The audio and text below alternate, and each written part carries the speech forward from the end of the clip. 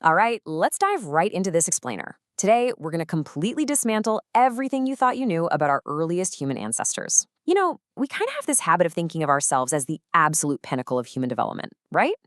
We just assume our hyper-connected, hyper-stimulated modern world is the ultimate achievement. But when you actually look back at the archaeological record, an entirely different picture emerges. We're going to explore the surprising truths about how ancient humans spent their time, the completely natural tools they used to connect and heal, and how they treated the most vulnerable people among them. So let me ask you this. What did humans do when there was absolutely nothing to do? We usually picture early humans locked in this brutal, nonstop fight for survival, don't we?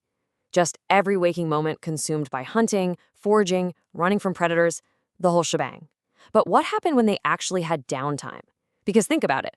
Right now, you've got a phone in your pocket with more entertainment than an entire civilization had for thousands of years. And somehow, you still get bored. Did ancient humans even have time to be bored?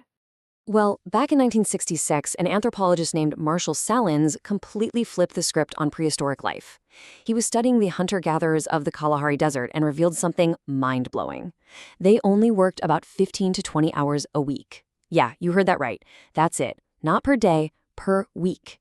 He actually dubbed them the original affluent society. And not because they had an abundance of material stuff, but because they had time.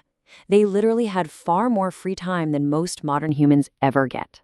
Which brings us to part one of our explainer, the power of boredom, and how doing nothing created everything. So, if they had all this free time, what exactly did they do with it? You see, boredom isn't just the absence of activity. It's a very specific mental state.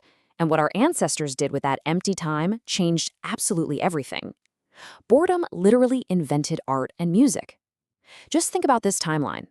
75,000 years ago, archaeologists found shells in South Africa's Blombos cave that had been painstakingly drilled and coated in red ochre to make beads.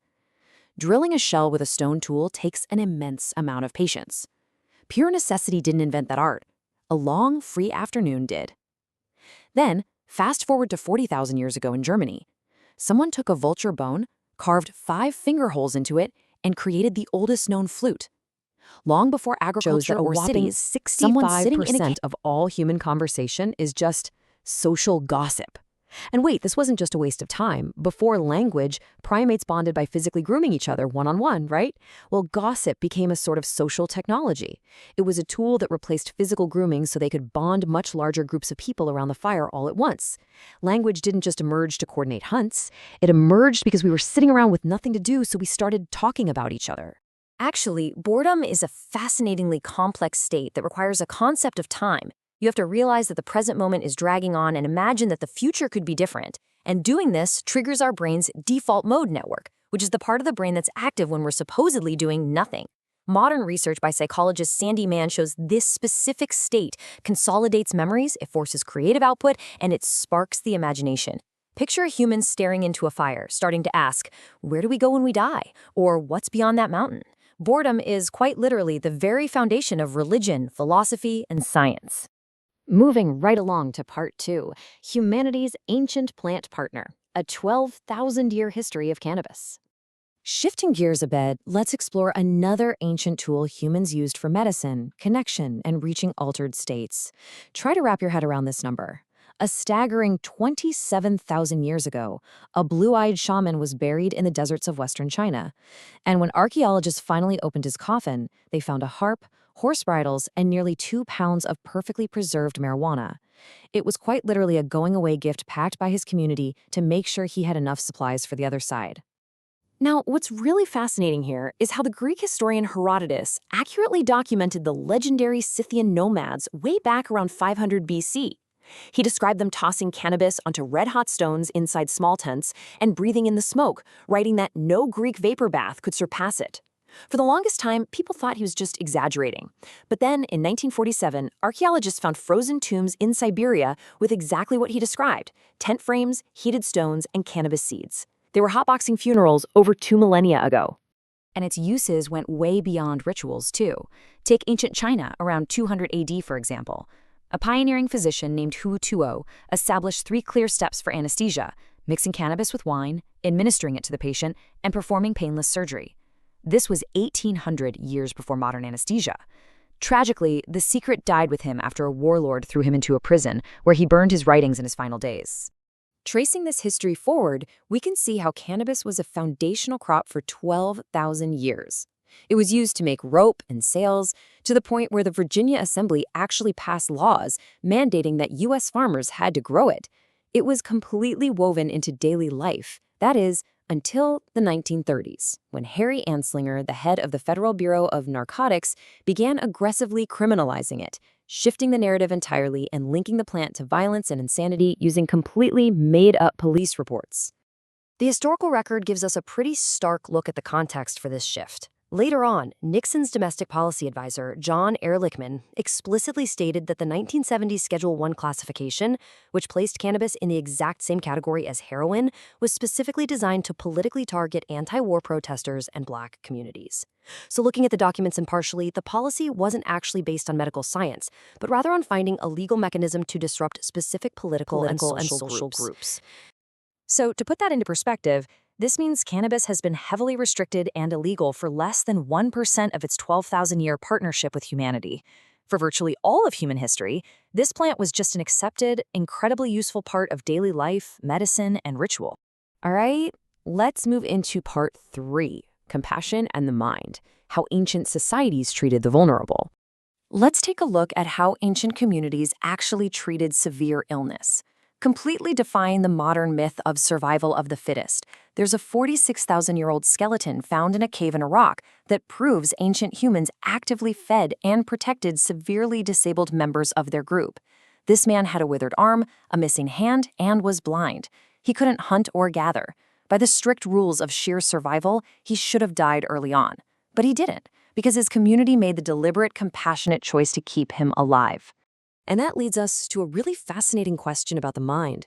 You see, schizophrenia affects roughly 1% of humans universally across all times and all cultures. So we have to ask, how did ancient people handle the mentally ill? If 1 in 100 people in an ancient Paleolithic band was hearing voices or seeing visions, what happened to them? Were they just abandoned? Well, the archaeological record shows they weren't abandoned at all. Instead of casting them out, many ancient cultures framed these individuals as shamans. They believed their visions and voices were actually profound gifts, connecting them to the supernatural world. Their disconnection from our shared reality wasn't seen as a malfunction, it was seen as a doorway. They were considered the ones the spirits had chosen. And here's where it gets truly wild. This difference in cultural framing actually changes the disease itself. A 2015 study in schizophrenia research showed that psychosis patients in Ghana and Vietnam hear voices that are often familiar, helpful, or even divine. They have a cultural framework that supports it.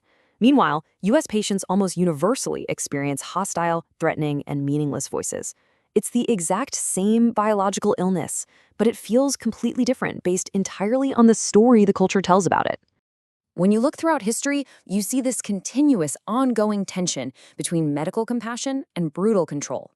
On one hand, you have the Ebers Papyrus recommending structured conversation, Hippocrates arguing that mental illness comes from the brain, and the very first psychiatric hospital opening in Baghdad in 705 CE with a strict focus on clinical care. But then, we also see the much darker side. Places like London's infamous Bedlam Hospital in 1547, where the profound suffering of patients was literally put on display as paid entertainment. It's just a constant historical tug-of-war between understanding and fear. Which brings us to our final section, Part 4, What We Have Forgotten, the cost of the modern baseline. Let's bring this all together and really look at what our hyper-stimulated, highly structured modern society might be getting entirely wrong. By trying to fix the human condition, look at what we've lost. We've created this massive cognitive overload with constant screens, effectively destroying the quiet moments our default mode network desperately needs to create and process. We've enacted modern laws that criminalize a 12,000-year-old natural plant partnership. And maybe most tragically, our modern medical frameworks sometimes isolate the vulnerable, stripping away the cultural compassion that once gave genuine meaning to their struggles. So, the ultimate takeaway here is that the oldest human instinct isn't brutal survival, and it definitely isn't the relentless pursuit of constant stimulation.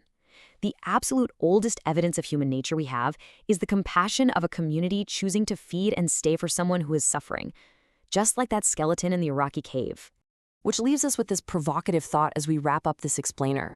If our ancient ancestors thrived by embracing the silence of boredom, partnering with nature, and intentionally staying to care for the vulnerable among them, are we losing our very humanity by doing the exact opposite? I want you to take a moment and really